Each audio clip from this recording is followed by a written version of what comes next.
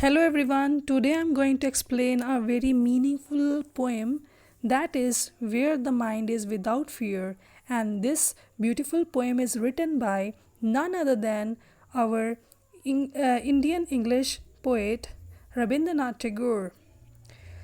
So let's start the poem. Where the mind is without fear and the head is held high, in the very first line, the poet prays to the Almighty that his countrymen should be free from any fear of oppression or forced compulsion. He wishes that everyone in his country has his head held high in dignity and honor. In other words, according to him, in a truly free country, every person should be fearless and should have a sense of self dignity. Next line, where education is free.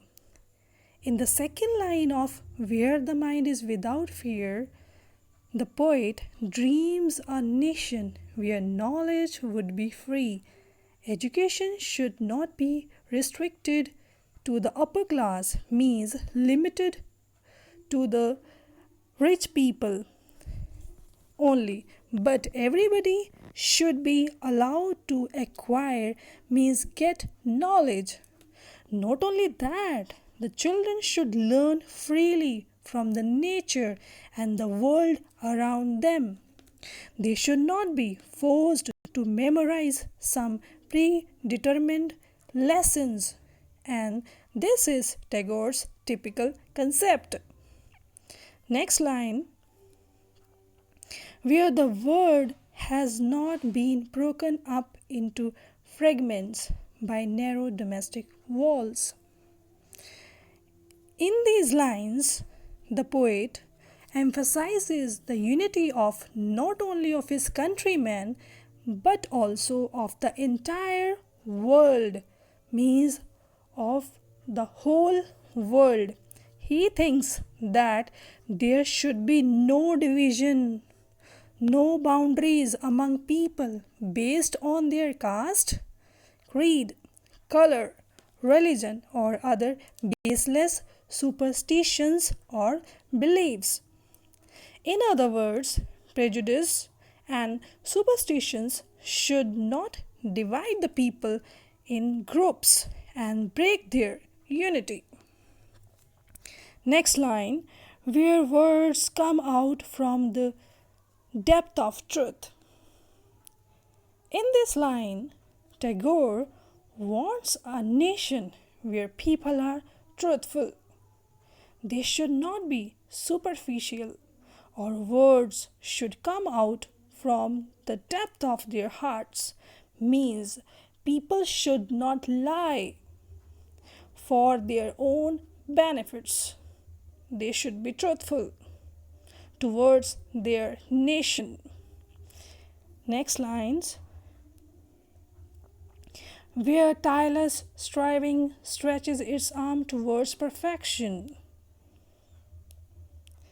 It means, in sixth line, the poet wants everyone to work hard to reach their goal and in the long run to reach perfection. He thinks they should not be tired by walking. People should not be lazy and ignoring their work. That means he wants his countrymen to be active and vigilant. Next lines, where the clear stream of reasons has not lost its way into the dreary desert sand of dead habits. It means the poet compared reason or logical thinking to a clear stream, and in the next line, he compares dead habits or superstitious beliefs to a dreary desert. Dreary desert means dull, uninteresting, sandy area. He wants the stream of reason not to lose its way.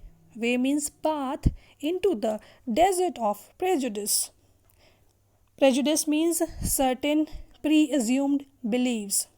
In short, people's thought should be monitored or instructed by rational thinking, not by superstitions.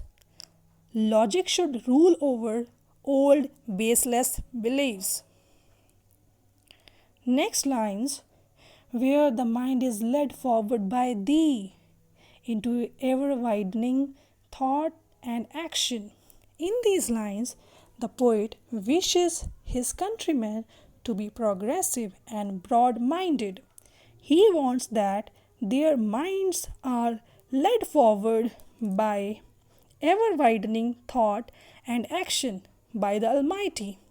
He wants God to lead his countrymen.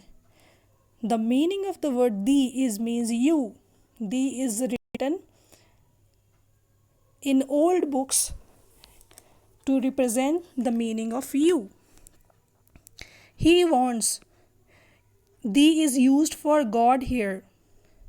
In short, he should be open minded and do something unusual or extraordinary. So, Tagore is expecting all these things from his countrymen.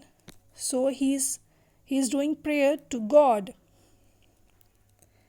Next line. Into the heaven of freedom, my father, let my country awake. That means in the final line of the poem, the poet addresses the God as Father. He asks him to awaken his country into such a heaven of freedom where the above conditions meet. So this is pre-independent poem, means this poem was written before independence, in which the poet sincerely urges to God, requests to God to awake his fellow beings for the realization so that they can realize